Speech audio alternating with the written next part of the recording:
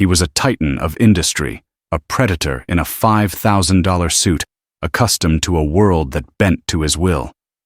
She was the woman refilling his water glass, a ghost in a black apron, utterly invisible. In his universe of hostile takeovers and leveraged buyouts, she was a non-entity background noise. But when he slid a centuries-old contract across the polished mahogany, a document inked in a language long forgotten, he made his fatal error. He glanced at her, saw only a uniform and a weary face, and sneered the 5 words that would shatter his empire. You can't read that. He had no idea he was speaking to the one person on the planet who could. The air in Aurelian, a restaurant so exclusive it didn't have a sign, was thick with the scent of money and seared scallops. It was a calculated atmosphere designed to make patrons feel both supremely important and acutely aware of their own insignificance if they didn't belong. For Clara Vance, it was just her workplace. For the past 3 years, it had been the gilded cage where she earned the money that kept her sister Sophie alive. Each night, Clara moved through the labyrinth of tables with a practiced, almost spectral grace. She was 28, but felt 100. The fine lines of exhaustion around her eyes were testament to 16-hour days, 8 at the restaurant, and another 8 before and after tending to Sophie, managing medications, and fighting with insurance companies. Her hands, though steady as she poured a 1982 Bordeaux for a hedge fund manager, were calloused from tasks far removed from Aurelian's velvet-draped walls. Tonight, the restaurant's oppressive silence was amplified. Table 12, the most private booth with a commanding view of the city skyline, had been booked by Marcus Thorne, the CEO of Apex Global Acquisitions. Thorne was a legend on Wall Street, a corporate raider known for his ruthlessness, a man who didn't just acquire companies. He consumed them, leaving nothing but shareholder profits and hollowed-out communities in his wake. Clara knew the type. She'd served dozens like him. They all shared the same look, a predatory gleam in their eyes, a sense of entitlement so profound it was like a physical aura. They treated the staff as furniture that could talk. Thorne, however, was in a class of his own. He didn't just ignore her. He looked through her, his gaze sweeping past as if she were a column of air. He was flanked by 2 lawyers, sharp-suited men named Peterson and Graves, who mirrored his icy demeanor. "The old man should be here any minute," Thorne grumbled, tapping a perfectly manicured finger on his phone screen. "Let's hope he hasn't forgotten how to use a taxi." Peterson chuckled, a dry, rustling sound. "He'll be here, Marcus. He has no choice. The estate is bleeding him dry." Clara placed a basket of sourdough, still warm from the oven, on the table. No one acknowledged her. She was just a pair of hands. As she retreated, she overheard Thorne's next comment, a sliver of ice in his voice. "This is the final piece of the puzzle. Once we have the Sterling coastline, the entire Northern Sound project is greenlit. We'll build a resort that will make Monaco look like a public beach." His voice dripped with avarice. "And all it costs is the pride of some geriatric fool clinging to a pile of rocks his ancestors pillaged from someone else." The word snagged in Clara's mind. Sterling. The name was familiar, but she couldn't place it. Her mind was a Rolodex of pharmaceutical names and treatment schedules for Sophie's rare autoimmune disease. There was little room for anything else. Her grandfather would have known. Before he passed, Professor Alistair Vance had been a world-renowned paleographer and historian at Columbia, specializing in ancient Germanic and Norse legal traditions. His apartment, which Clara had painstakingly packed up after his death, was a fortress of forgotten languages and dusty tomes. He had spent hours teaching her not just the languages themselves, but the culture and mindset behind them. He'd unroll facsimiles of ancient deeds on the dining room table, his long, bony finger tracing the intricate runic-inspired lettering. "Language isn't just words, Clara," he'd say, his eyes twinkling behind thick glasses. "It's a key. It unlocks the way people thought, how they loved, how they fought, and most importantly, how they bound each other with promises. A modern contract is a weapon. An ancient one, that was a soul pact. Clara had inherited his gift for languages, a photographic memory for script and syntax. It was a useless talent, she'd thought bitterly, for a woman whose life revolved around tips and Sophie's next infusion. Her dreams of academia had died with her parents in a car crash a decade ago, leaving her as Sophie's sole guardian. The professorships and research grants had been replaced by the urgent calculus of survival. Just then, the host led an elderly man toward table 12. He was tall and frail, with a shock of white hair and a face etched with a quiet, weary dignity. He wore a tweed jacket that had seen better decades, and he leaned heavily on a wooden cane. This had to be Mr. Sterling. He looked utterly out of place, a relic from a bygone era, in a room full of digital predators. Thorne didn't stand. He gestured to the seat opposite him with a flick of his wrist. "Sterling, glad you could make it. Time is money, and you're costing me a fortune." Mr. Sterling slowly lowered himself into the chair. "Mr. Thorne, it is a significant journey for me, and a significant decision." "The decision is made," Thorne said flatly. "We're here for the formalities. My lawyers have the final paperwork." Graves, the younger lawyer, pushed a thick, leather-bound document to the center of the table. It wasn't paper, Clara noted from a distance, as she refilled water glasses at the adjacent table. It looked like vellum. The script on the cover was not modern English. It was an elegant, angular calligraphy that made the hairs on Clara's arms stand up. She felt a jolt, a flicker of recognition so intense it was like a physical shock. It was a script her grandfather had shown her 100 times. A specific regional variant of Old Norse law speak from the Northern Isles, used exclusively for land covenants in the 11th and 12th centuries. It was notoriously difficult, a hybrid of runic law and early Christian legal frameworks. There were maybe 5 people in the world who could read it fluently. Her grandfather had been one, and as he had drilled into her for years, she was another. As we discussed, Peterson, the lawyer began, his voice a condescending drone. "This is a simple transference of title for the 400 acres of coastal land known as Sterling Headland. In exchange, Apex Global will settle the estate's debts and provide you with a lifelong annuity." Mr. Sterling stared at the document, his brow furrowed. "The original deed. My family's lawyers. They said it had to be this way. Something about the land charter being unbreakable. It had to be signed in its original form." Thorne smirked, a wolfish, predatory grin. "Quaint, isn't it, some historical nonsense? We had to fly in a specialist from Oslo just to draft the addendums in this chicken scratch. Cost a fortune.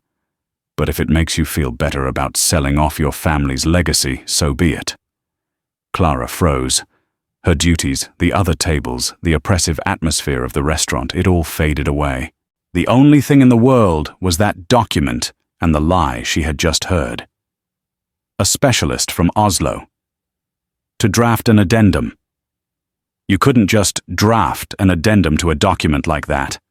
The legal and linguistic structures were hermetically sealed.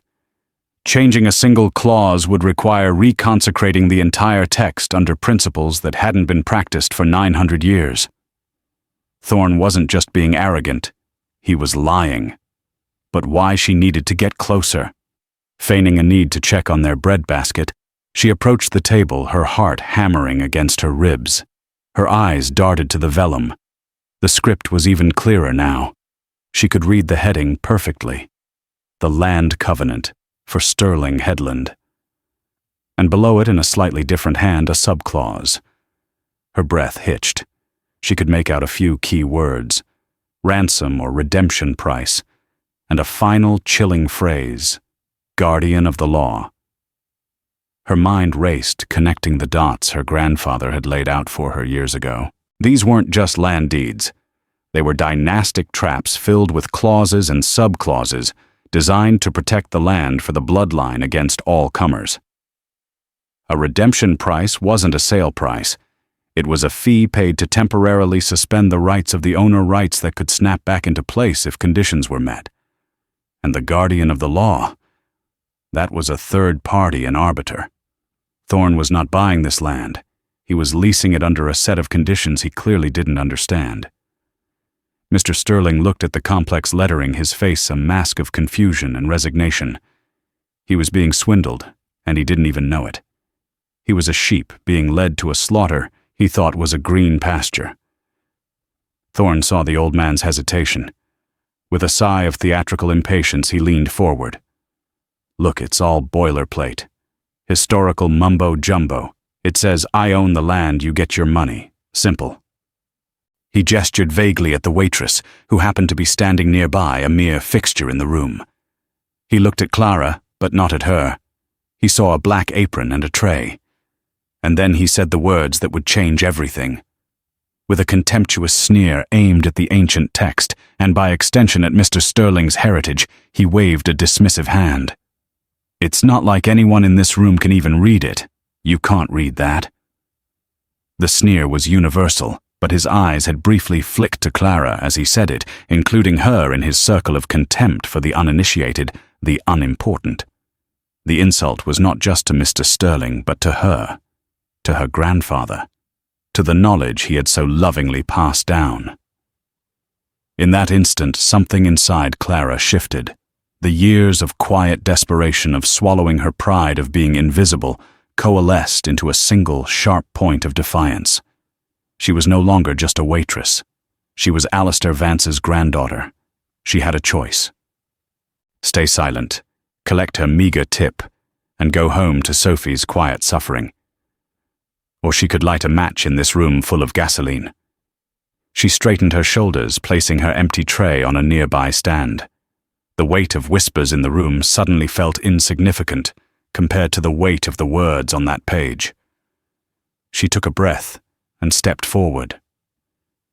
Clara's movement was so unexpected that it momentarily broke the tableau. For a second, Marcus Thorne and his lawyers seemed to think she was merely reaching for an empty glass. Her voice when it came was quiet, but carried the clear, resonant timbre of absolute certainty. Actually, she said, her eyes fixed on the vellum document I can. The silence that followed was not the hushed, reverent quiet of an expensive restaurant.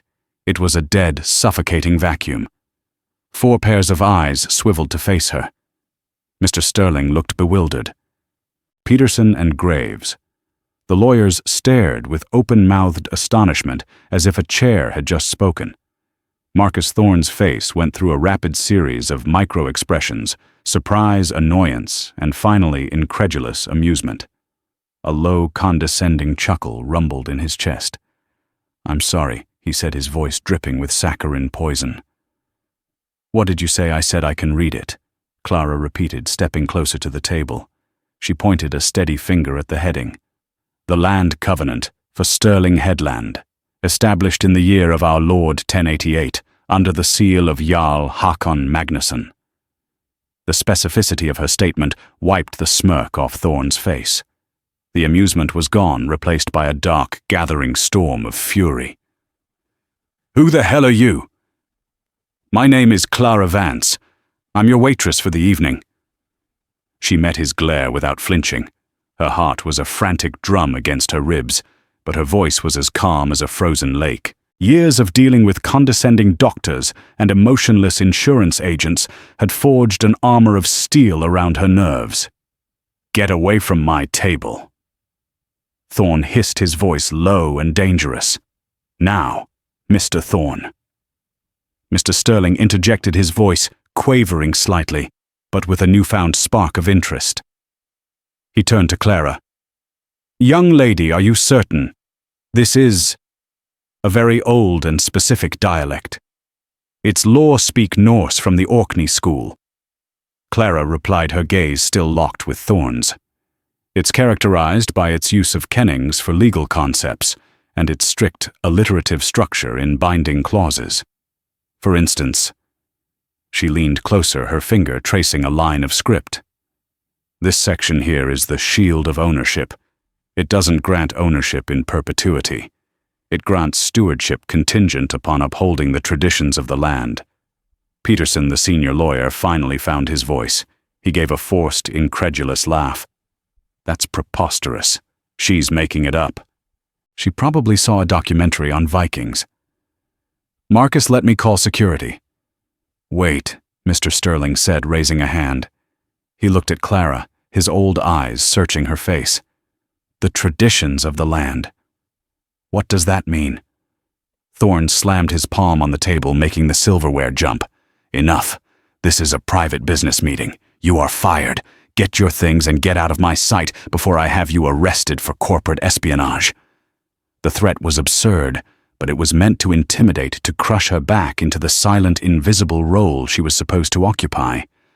But Clara had already stepped over the line. There was no going back. Corporate espionage.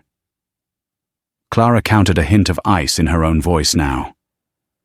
Is that what you call it when someone points out the lies in a contract you're trying to force on an elderly man? You said you flew in a specialist from Oslo to draft addendums. She looked at the two lawyers. You're his legal counsel. You must know that any addendum to a document of this nature would have to be written on a separate and consecrated with witnesses of landed status. There is no such addendum here. This document is sealed and singular. You haven't added anything. You're simply hoping Mr. Sterling can't read the parts you don't want him to see. Graves, the younger lawyer, went pale. Peterson's jaw tightened. They knew she was right. Their entire strategy depended on ignorance, theirs and Mr. Sterling's. They had likely paid their specialist a hefty sum simply to tell them the document was ironclad, and then gambled that no one else on earth would ever be able to verify it. Thorne rose from his seat, a towering figure of rage.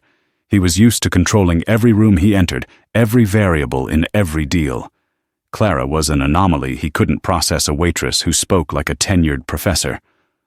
I don't know what little game you're playing, he snarled, pointing a trembling finger at her. But it's over. The game is yours, Mr. Thorne, Clara said calmly, and you're about to lose. Mr. Sterling, may I? She gestured to the document. The old man hesitated for a moment, looking from Thorne's furious face to Clara's impossibly serene one. He saw the desperation and the lies in the CEO's eyes, and he saw something else in the waitress's, something true. He gave a slow, deliberate nod. Please, continue. Thorne looked as if he was about to physically drag Clara away from the table, but the restaurant manager, a perpetually nervous man named Jeffrey, was now hovering nearby, drawn by the commotion. A scene was the last thing Aurelian's management wanted. Thorne was trapped by the very decorum he used as a weapon. With a deep breath, Clara rested her fingertips on the cool, ancient vellum. The touch was electric, a connection across 1,000 years. It felt like her grandfather's hand on her shoulder. The first few sections are standard for the period. She began, her voice taking on a more academic, assured tone. They established the lineage of the Sterling clan, the divine right of their claim to the headland, and the boundaries of the property marked by standing stones and the high tide line on the day of the summer solstice. She scanned the text, her eyes flying across the intricate letters. It speaks of the duties of the steward, to maintain the cairns of the ancestors, to allow the local fishermen access to the cove for shelter during storms, and to leave a tithe of grain for the wild birds in winter. These are the traditions of the land. Failure to uphold them is considered a breach. That's folklore, not law. Peterson scoffed, though his voice lacked conviction. In the 11th century, there was no difference, Clara retorted without looking at him. A promise to the land was a promise to God. A breach wasn't just a civil matter. It was a mortal sin that invalidated the agreement. But that's not the most important part.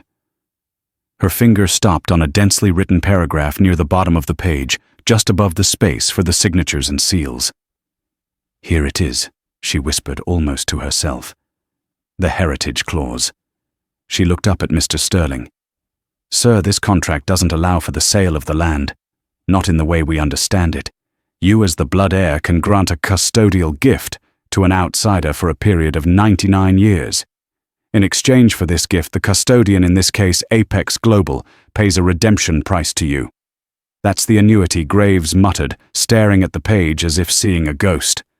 Yes, Clara confirmed. But the word redemption is key. It implies the land is being held captive and can be redeemed. The clause states that if the custodian, Mr. Thorne, fails to uphold any of the traditions I mentioned, or if he attempts to desecrate the soil with structures not in harmony with the landscape, which I imagine a resort that makes Monaco look like a public beach would qualify as the custodial gift, is immediately voided. Thorne's face had become a mask of cold white fury. The blood had drained from it, leaving his eyes looking like chips of obsidian.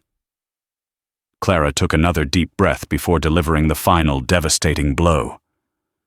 And it says that upon the breach of contract, the land and all permanent structures built upon it, every hotel, every golf course, every swimming pool, do not revert to you, Mr. Sterling. She paused, letting the weight of her next words settle in the silent room. They are forfeit.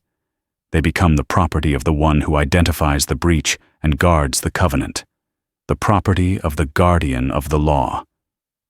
She looked from the text to the three men, Thorne, Peterson, and Graves.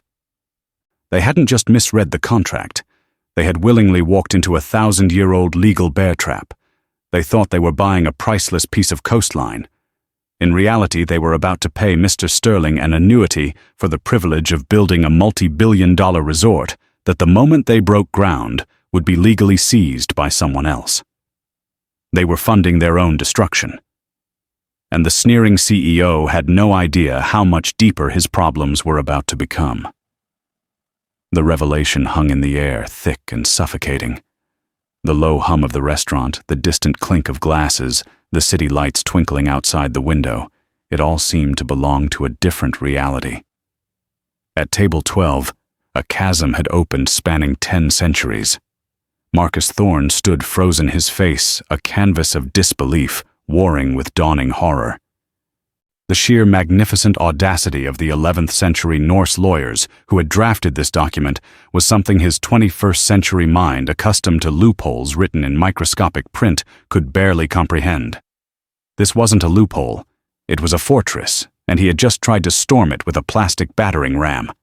That's impossible, Peterson stammered, his legalistic composure shattered. He ran a hand through his thinning hair. No court in the world would uphold such an archaic, a barbaric clause. Wouldn't they? Clara's voice was steady. The United Kingdom, and by extension its historical territories in the Northern Isles, has a legal system built on precedent. The Sterling Headland Charter predates the Magna Carta. It has never been legally challenged or superseded. It's not just a contract, it's a foundational document. Your own legal team advised Mr. Sterling it was unbreakable. That's why you're here with this vellum and not a modern printout. You knew it was binding. You just didn't bother to understand what it bound you to. Mr. Sterling stared at Clara, his expression one of profound, soul-shaking awe. He looked down at his trembling hands, then at the document that had been his family's burden for generations. He had seen it as a chain, a relic, that tied him to a patch of rock and wind while his fortunes dwindled. For the first time, he was seeing it as his ancestors had intended a shield. The guardian of the law, he murmured the words, tasting foreign on his tongue. Who is this guardian? Thorne finally broke his silence. His voice was dangerously soft, the calm at the eye of a hurricane. This is a shakedown, a conspiracy. You two, he jabbed a finger between Clara and Mr. Sterling, cooked this up. The folksy old landowner and the bookworm waitress. It's a pathetic little scam. Clara almost laughed. The arrogance was so complete, so all-encompassing, that he couldn't fathom being beaten by history and intelligence. It had to be a plot aimed at him personally. A scam I orchestrated from my position, serving you lukewarm bread, Mr. Thorne. A scam that required me to spend years learning a dead language on the off chance you'd one day try to swindle a man I'd never met in the restaurant where I work to pay for my sister's medical bills. The details of her life tumbled out, each one a small, sharp stone thrown at his absurd accusation. Believe me, my life isn't nearly that interesting. Her words, so plain and raw, cut through the tension with the sting of truth. Jeffrey, the manager, who had been inching closer, now stood stock still, his face a mixture of fear and fascination. The story was unfolding, and it was far grander than a simple customer complaint. Clara turned her attention back to the vellum, her focus absolute. She wasn't finished. There was one more piece, one final exquisitely crafted mechanism in the ancient legal machine. Her grandfather had always told her that these old law writers never left things to chance. They planned for everything: greed, ignorance, betrayal, and even the passage of time itself. The guardian of the law, she explained, her voice dropping slightly, drawing them in is not a preordained person or a member of Mr. Sterling's family. The covenant is clear. The bloodline are the protectors of the land, but the law itself needs a different kind of guardian. She scanned the final lines of the clause, her lips moving silently as she translated the dense poetic legal verse. The guardian is defined as the one with the wisdom to read the runes of write the voice, to speak the truth of the script, and the courage to stand against the shadow of the oathbreaker. It's a role to be filled, not inherited. So who is it? Graves asked, his legal mind trying to grasp at a tangible entity. Who gets the resort? Clara looked up from the page. She met Marcus Thorne's burning glare, then the questioning eyes of the lawyers, and finally the hopeful, fearful gaze of Mr. Sterling. It's not just about identifying the breach, she said, slowly, ensuring every word landed with the force of a hammer blow. The covenant was designed to protect the Sterling legacy against powerful men exactly like you, Mr. Thorne. Men who would use force or wealth to bend the law. The drafters knew that in the centuries to come their language might be forgotten, their intentions obscured. The legacy would be vulnerable. So they built in a failsafe, a reward. A motivation to ensure that someone would always have a reason to learn this language, to study this law, to protect this covenant. She took a half step back from the table, creating a small, clear space between herself and the combatants. She was no longer just a participant, she was the arbiter, the judge, the interpreter's endowment. Has a second part. She paused. A new cold dread began to creep into Thorne's eyes, a fear that went beyond the loss of a deal. This was the fear of total annihilation. Clara continued, her voice resonating with the weight of the ancient words she was channeling.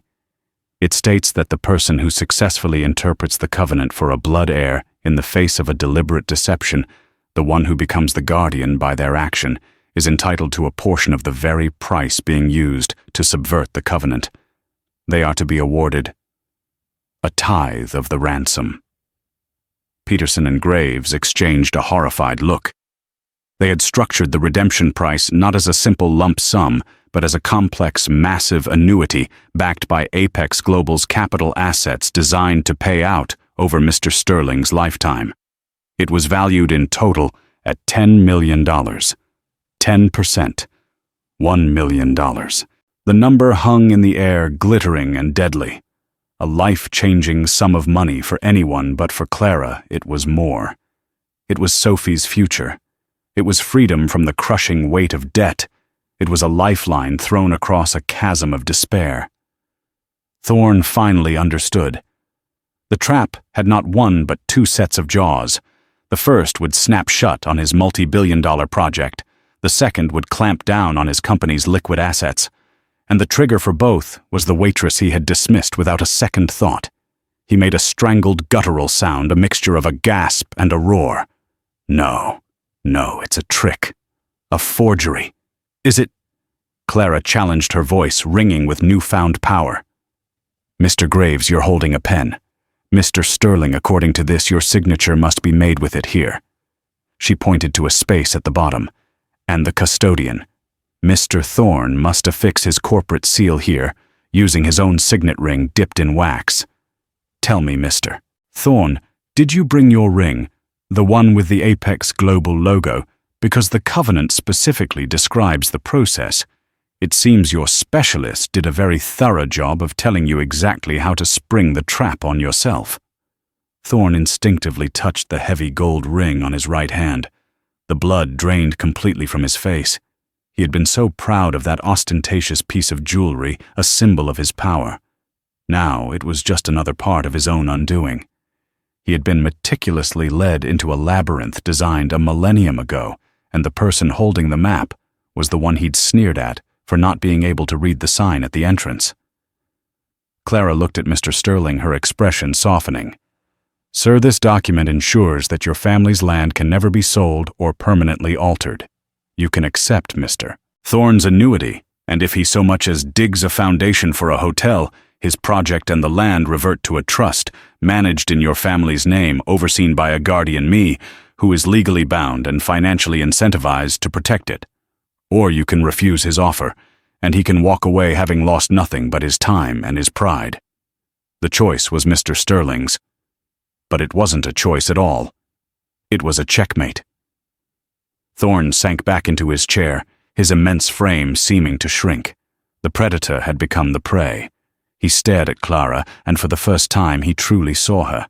He saw the intelligence in her clear gray eyes, the iron in her spine, the quiet, devastating power she wielded, and he understood that he had just made the most expensive mistake of his entire life. He hadn't just misjudged a document, he had catastrophically misjudged a human being. The immediate aftermath at table 12 was a deafening silence, punctuated only by the sound of Marcus Thorne's ragged breathing. The universe had been reordered in the span of 10 minutes. Power had shifted, not with the crash of a market or the signing of a deal, but with the translation of a forgotten language. Thorne's lawyers were in disarray. Graves was frantically typing into his phone, likely searching for any precedent, any loophole that could negate a 1,000-year-old covenant. Peterson just stared blankly at the vellum, his face ashen, the face of a man who sees his career, his reputation, and his hefty commission all dissolving into dust. It was Mr. Sterling who finally acted. He pushed his chair back, the legs scraping softly on the polished floor. He stood up, and though he still leaned on his cane, he seemed taller, straighter. The weariness in his face had been replaced by a resolve that felt as ancient as the document on the table. "I believe," he said, his voice clear and firm, "that this meeting is concluded. Mr. Thorne, your offer as it stands is an insult to my ancestors and an attempt at brazen theft. You will not be hearing from me again." He then turned to Clara, his eyes shining with unshed tears of gratitude. "Miss Vance, I find myself utterly in your debt. I don't know how to—" "You owe me nothing," Sir Clara said gently. "I just translated the words." The strength was already there. Perhaps he nodded slowly. "Nevertheless, I would be honored if you would allow me and my solicitor to contact you tomorrow. There is much to discuss." He handed her a simple, elegant business card from his worn wallet. It read only William Sterling and a phone number. With a final withering look at Marcus Thorne, William Sterling turned and walked away. He moved not like a frail old man, but like a king reclaiming his throne, his cane tapping a steady, victorious rhythm on the floor. As soon as he was gone, Thorne's composure finally spectacularly shattered. He lunged to his feet, his face contorted in a mask of pure rage. "You!" he roared, his voice echoing through the now silent restaurant. All eyes were on their table. "You think you've won. You think you can humiliate me. I will destroy you. I will bury you in litigation until you and your sick sister are begging on the street. I will find every skeleton in your closet and hang it on a billboard. You are nothing." The mention of Sophie was a blow, a vile targeted strike meant to wound her where she was most vulnerable. But it had the opposite effect. It extinguished the last flicker of fear in Clara's heart, and replaced it with cold, hard fury. "You're right, Mr. Thorne," she said, her voice dangerously calm. "I am nothing. I'm just a waitress. But you're not fighting me. You're fighting a 12th century Jarl, 10 generations of Sterlings, and the entire legal history of the British Isles. Your threats are meaningless. You have no power here." She leaned in slightly. "And if you ever mention my sister again, you'll discover that I know the old Norse words for blood feud, too." The raw intensity of her threat, so alien and archaic, stunned him into silence. He stared at her, breathing heavily, and for a moment he looked almost afraid. Geoffrey, the manager, finally scurried over. "Mr. Thorne, sir, please, we must maintain." "Shut up," Geoffrey Thorne snapped, turning his rage on the easiest target. He threw a black credit card on the table. "Cover the bill. We're leaving." He stormed out of the restaurant, Peterson and Graves scrambling in his wake like hyenas chasing a wounded lion. The air at the table slowly began to normalize the oppressive weight of his presence lifting. Clara stood there for a long moment, her body trembling with adrenaline. Then her legs felt weak. She sank into the chair Thorne had just vacated. It was over. She had done it. Miss Vance, Geoffrey said, his voice a nervous squeak. Are you all right? What just happened?" Clara looked at her boss, the man who knew her only as a reliable employee who never called in sick. "I think," she said with a shaky, exhausted smile, "I quit." The next few days were a blur. The story, as Thorne had feared, did not remain within the velvet walls of Aurelian. One of the other patrons, a notorious financial blogger, had overheard enough of the confrontation. The headline on his site the next morning was "Explosive Apex CEO Thorne Humiliated by Waitress and 1,000-year-old Contract." The story went viral. The financial world, which ran on confidence and reputation, was merciless. Thorne, the invincible shark, had been outmaneuvered, not by a corporate rival, but by a waitress and a medieval document. It was a story too perfect, too full of hubris and comeuppance to ignore. Apex Global's stock began to slide. Then it began to plummet. Investors, already jittery about the massive capital expenditure for the Northern Sound project, panicked. The project was dead. Thorne's reputation was in tatters, and the company's leadership was suddenly seen as incompetent and reckless. The board of directors convened an emergency meeting. Meanwhile, Clara had met with William Sterling and his solicitor, a sharp, kind woman named Eleanor Finch. They met not in a stuffy office, but in the quiet, book-lined study of Mr. Sterling's modest city apartment. Eleanor had already had the covenant verified by a team of academics from Oxford and Cambridge. Their verdict was unanimous. It was legally unassailable. Clara's translation and interpretation were, in their words, flawless and brilliant. "Mr. Thorne's lawyers have been in contact." Eleanor said, her glasses perched on the end of her nose. "They are, to put it mildly, desperate. First they tried threats. When that didn't work, they tried offers. They're prepared to offer you a substantial sum to sign a non-disclosure agreement and waive your claim as the guardian."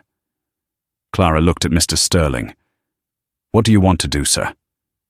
"For the first time in my life, I am not thinking about money," he said, a genuine smile gracing his features.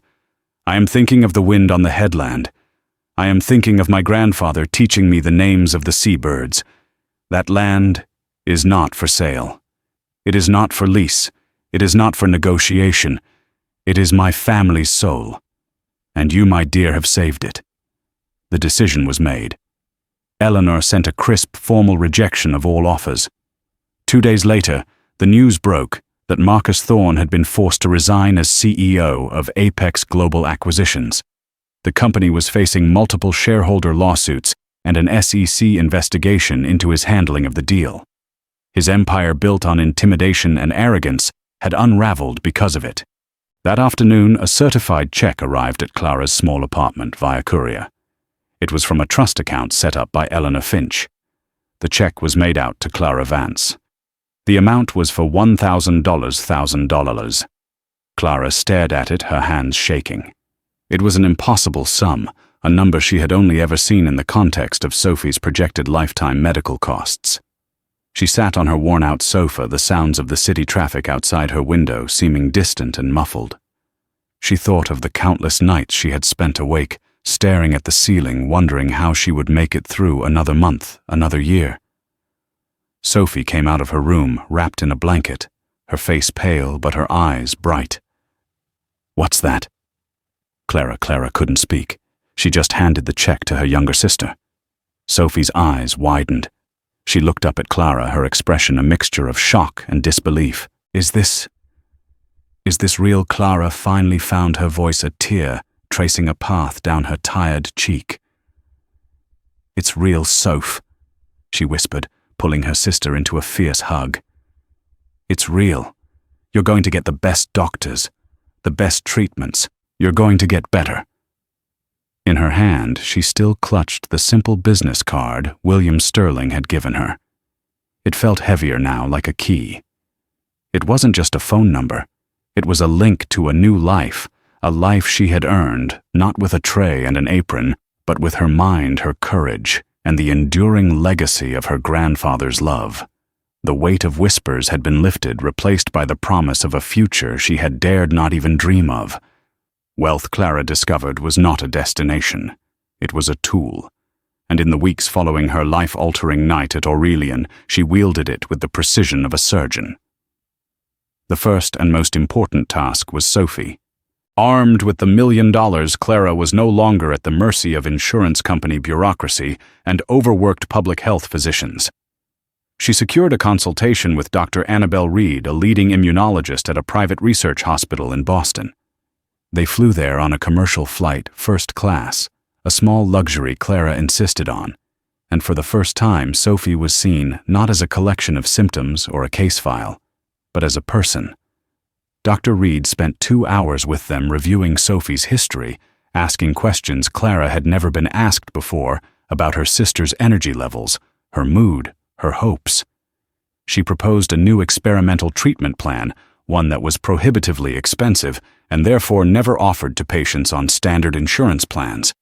It wasn't a guaranteed cure, but it offered something Clara hadn't had in years, a credible scientific basis for hope. With this regimen, Dr. Reed explained, her voice calm and compassionate. We're not just managing the symptoms. We're aiming to reboot her immune system. The goal is long-term remission. The cost was astronomical, $250,000 for the first year alone. A younger, poorer Clara would have despaired. The new Clara simply nodded and asked where to wire the funds. Watching the relief wash over Sophie's face, seeing the faint spark of her old, vibrant self return to her eyes, was worth every single penny. It was the sound of chains breaking. While Sophie began her treatment, Clara turned her attention to the rest of their lives. She paid off the mountain of medical debt they had accumulated, the letters with angry red warnings ceasing to arrive for the first time in her adult life. She hired a financial advisor, a sensible woman, who helped her invest the remaining sum wisely, ensuring it would grow and provide for them for years to come. She sold their cramped, drafty apartment and bought a bright, airy condominium in a quiet building with a small garden, a place where Sophie could sit in the sun without being overwhelmed by city noise. But as the immediate crises were resolved, Clara found herself with something she hadn't experienced since her parents died: time. Free from the relentless 16-hour days, she had space to think, to reflect. The money had solved her problems, but it hadn't given her a purpose. That purpose arrived in the form of a thick package from William Sterling. Inside was not legal paperwork, but a collection of high-quality photographs of the Sterling headland. Clara spread them out on her new dining room table. She saw rugged cliffs plunging into a turquoise sea, a crescent of white sand in a sheltered cove, and rolling green hills dotted with wildflowers and ancient moss-covered standing stones. It was a place of breathtaking primeval beauty. There was also a handwritten letter. My dear Clara, I hope this finds you and your sister well. Eleanor keeps me apprised of Mr. Thorne's spectacular corporate demise, which I must admit brings a grim satisfaction. But I write to you today, not about him, but about the future. You are now, by ancient law and modern agreement, the Verder Lugmalsins, the guardian of the law of this land. It is a role with responsibilities, as you so eloquently explained. I propose we form a trust, the Sterling Headland Preservation Trust. Its sole mission will be to protect this land in perpetuity, to fund research into its unique ecology and history, and to ensure it remains a sanctuary unspoiled by the greed that nearly consumed it. I wish to seed the trust with a significant donation. But it needs a director. It needs a heart. It needs its guardian. I can think of no one more qualified or more deserving than you. Please consider it. Yours in gratitude, William Sterling. Clara stared at the letter, her heart swelling. This was it. This was the purpose she had been looking for. It was a role that honored her past and secured her future. It was a job only she could do, a position created for her by history itself. She thought of her grandfather, Professor Alistair Vance. He had spent his life trying to preserve the past, to convince a forward-looking world that old words and old ways still had meaning. He had fought for funding for academic recognition, for the simple idea that knowledge was a treasure worth protecting. In his later years, he had grown disheartened, feeling that his life's work was seen as a quaint, irrelevant hobby. Now Clara had the chance to give his work a powerful, tangible legacy. She picked up the phone and called her financial advisor. "I want to set up a charitable foundation," she said, her voice filled with a new and powerful conviction. "It will be called the Alistair Vance Institute for Historical Linguistics and Paleography." She dedicated a significant portion of her remaining funds to create the institute. Its mission would be to provide grants to underfunded academics and students who, like her grandfather, were passionate about preserving and translating endangered and ancient languages. It would fund the digitization of decaying manuscripts, support field research, and most importantly, show the world that these dead languages still had the power to speak, to protect, and to change lives. In a matter of weeks, Clara Vance, the former waitress, had become a philanthropist, the head of a preservation trust, and the director of an academic institute. She had not just escaped her old life, she had transformed it into something meaningful, something that would echo long after she was gone. Her final act of transformation was personal. She enrolled in night classes at Columbia University, the same institution where her grandfather had taught to formally complete the PhD in historical linguistics she had abandoned a decade earlier.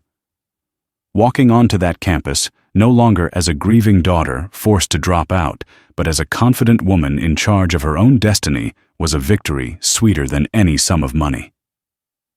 One evening, as she was poring over a text in her new quiet study, her phone buzzed. It was a news alert. Disgraced CEO Marcus Thorne files for personal bankruptcy, cites crippling legal fees and reputational damage. The article detailed his fall from grace, the loss of his company, his fortune, his penthouse apartment, and his status. He had become a pariah, a cautionary tale whispered on Wall Street. Clara read the headline, felt a brief cold flicker of justice, and then deleted the notification. Marcus Thorne was a part of her past. She was busy building the future. 3 months later, Clara stood on a cliff edge at Stirling Headland, the wind tasting of salt and ancient stone. The wild, rugged beauty of the landscape surpassed any photograph.